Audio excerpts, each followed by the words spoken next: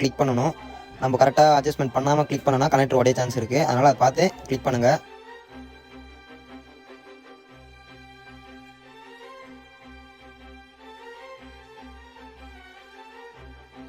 Next அது மேலே அந்த பழைய டேப் இருந்தது, அதை ரிட்டன் அது மேலேயே ஒட்டிடலாம்.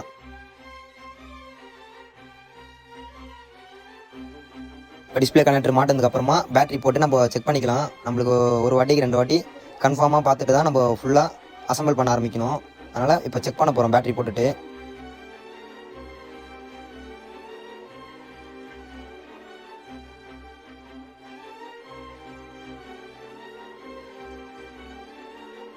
சப்போஸ் நீங்கள் அந்த ஆண்டனா கேபிள் மிஸ் பண்ணிட்டீங்கன்னா ஒரு சில டைம் நெட்வொர்க் ஃபால்ட்டு கூட வரலாம்.